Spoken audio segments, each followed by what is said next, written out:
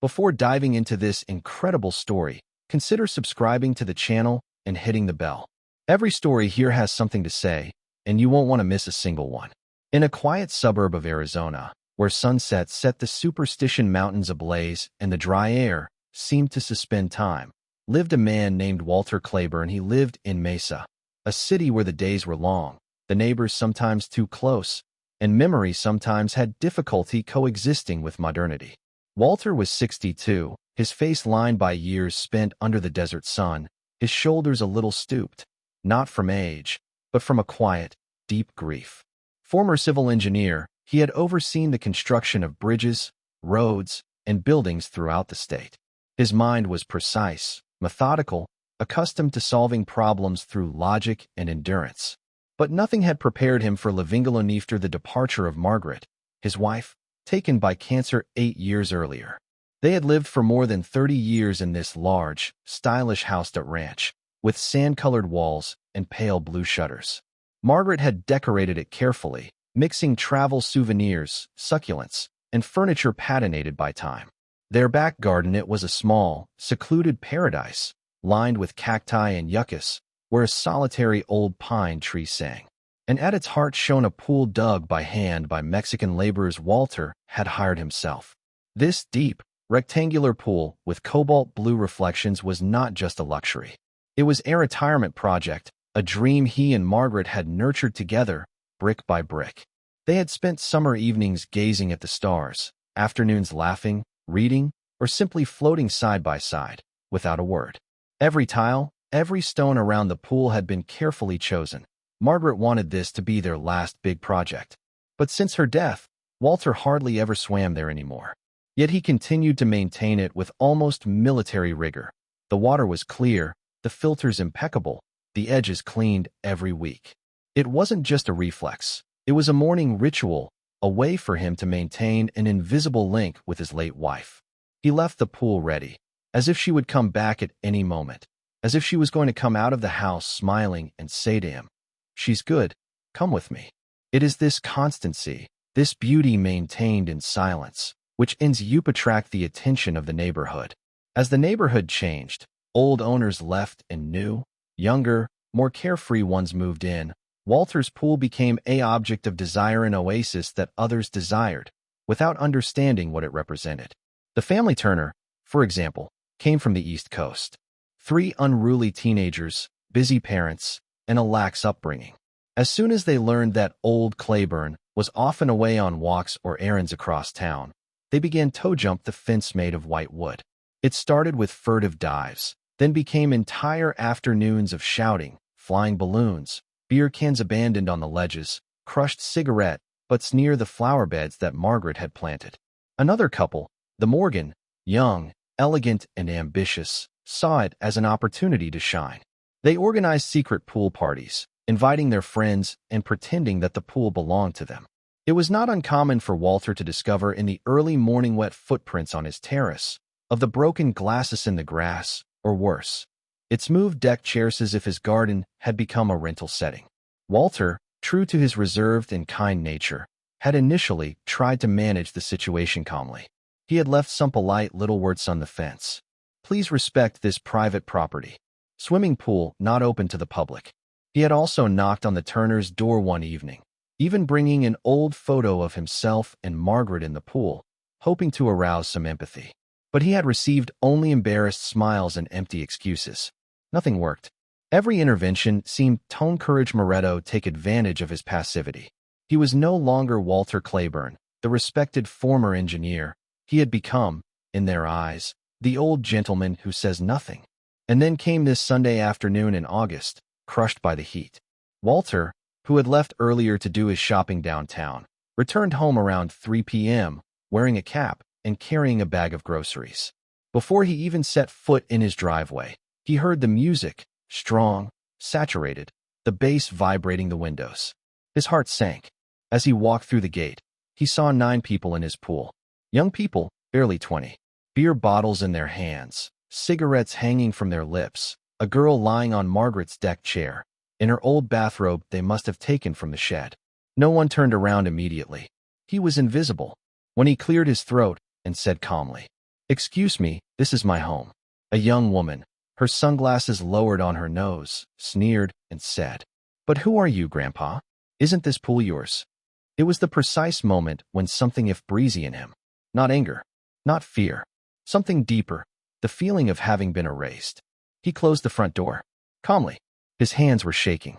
He stood there for an hour, staring at the kitchen tiles, the sound of laughter filtering through to him like nagging mockery. That evening, he didn't sleep. He sat down on the bed. He had never changed since Margaret, and understood one essential thing. It was no longer just a nuisance. It was a symbolic expulsion from one's own existence. And now Walter Claiborne was going to fight. But not with shouts, not with threats, with what he knew best: strategy, detail, and the builder's patience. The next morning, the already oppressive August heat seeped in through the open kitchen windows. Walter sat down slowly at his table, an old, solid oak piece he'd inherited from Margaret, its corners worn by time and shared meals. The filtered light illuminated a pile of crumpled papers, safety equipment brochures, and a worn notebook with yellowed pages that had been lying there for years. He opened that notebook, the one where he had once scribbled plans, sketches of bridges and structures, but also fragments of thoughts, memories of Margaret. Today, he would no longer let himself be overcome by anger or sadness. He had to act, but in his own way, discreet, methodical, thoughtful. Like the rigorous engineer he had always been. Walter put his pen to the first blank page and began to write. Not a shout, not a cry for anger, but a specific action plan, almost military. First step: strengthen physical protection. He called a local company specializing in industrial fencing and explained his needs. In less than a week, a solid black metal fence, both modern and robust, was installed around the pool. The gate was equipped with an electronic locking system, controlled by a remote control and a personalized code. Walter had chosen this system for its efficiency, but also because he liked the simple principle of access control, a concept he understood perfectly. Every day he tested the lock, checked the strength of the panels. This fence, more than an obstacle, was an excellent statement. This swimming pool would never again be a lawless zone. Second step: visual deterrence. Walter brought in a specialized technician to install 3 surveillance cameras. He couldn't afford a sophisticated system, but it wasn't necessary. He specifically asked the technician to install dummy cameras. Black plastic devices with reflective glass lenses, strategically positioned at the entrance, near the gate, and on the terrace. They were perfectly visible, oriented to impress anyone who might consider approaching. Walter didn't really want to film. He wanted scare, to make it appear that he was watching. This illusion was a shield almost as powerful as a real camera. Third step: clear communication. Walter printed a warning sign, bright red, with striking capital letters. Treated water, chemical not neutralized. Skin and respiratory hazards.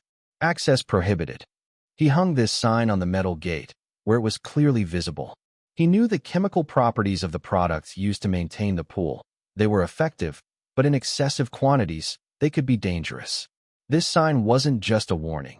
It was a psychological weapon, a cold and precise message that transformed the swimming pool into a potentially toxic space, forbidden to all.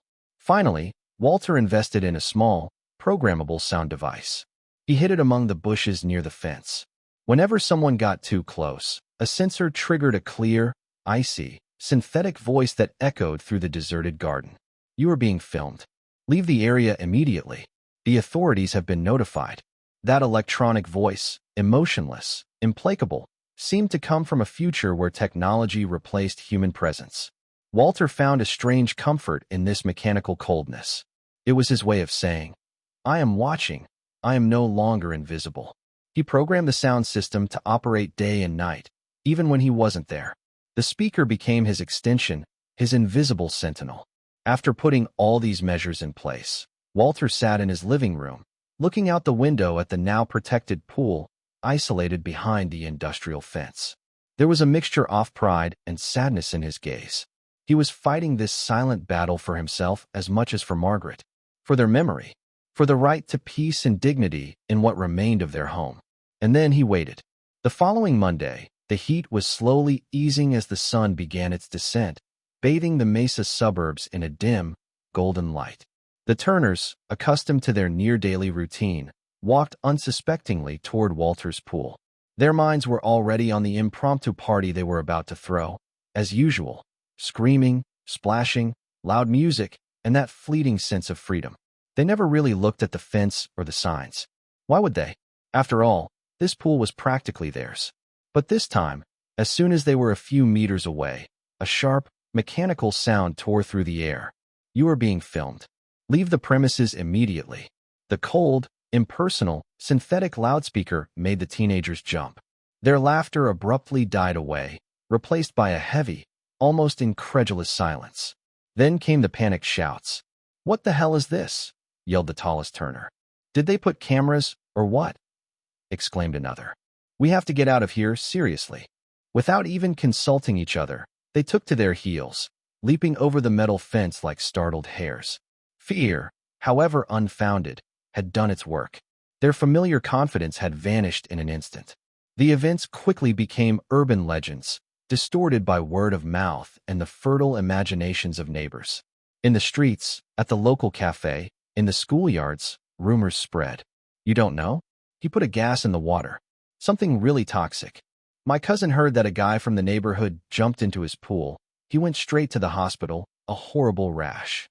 He works for a military company. They do secret tests in his pool, like super dangerous stuff." Each version was more dramatic than the last, and no one seemed to really know what the truth was. Walter, however, remained silent. He hadn't said anything, explained anything. Every morning, he maintained his pool with almost ritualistic care. He cleaned the edges, checked the chemical levels, smoothed the surface of the water with a slow, precise gesture. Always clean, always empty. Gradually, something unexpected happened in this quiet neighborhood. The neighbors' perception of Walter changed subtly, almost imperceptibly at first, then more and more clearly. This old man, previously perceived as a discreet, even somewhat naive, retiree, transformed into a silent authority figure. Furtive, indifferent glances were replaced by respectful greetings. On the sidewalks, people greeted him with a nod of the head, a smile.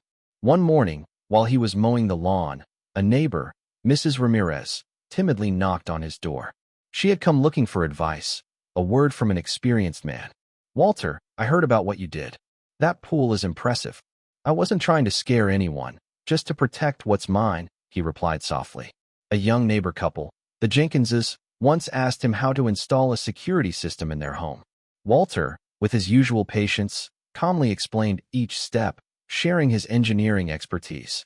He had become, without really intending to, a sort of pillar of the neighborhood, an upright, intelligent, discreet man, but above all, a man who knew how to command respect. The naivete that had once been attributed to him had dissipated, replaced by an aura of dignity and self-possession.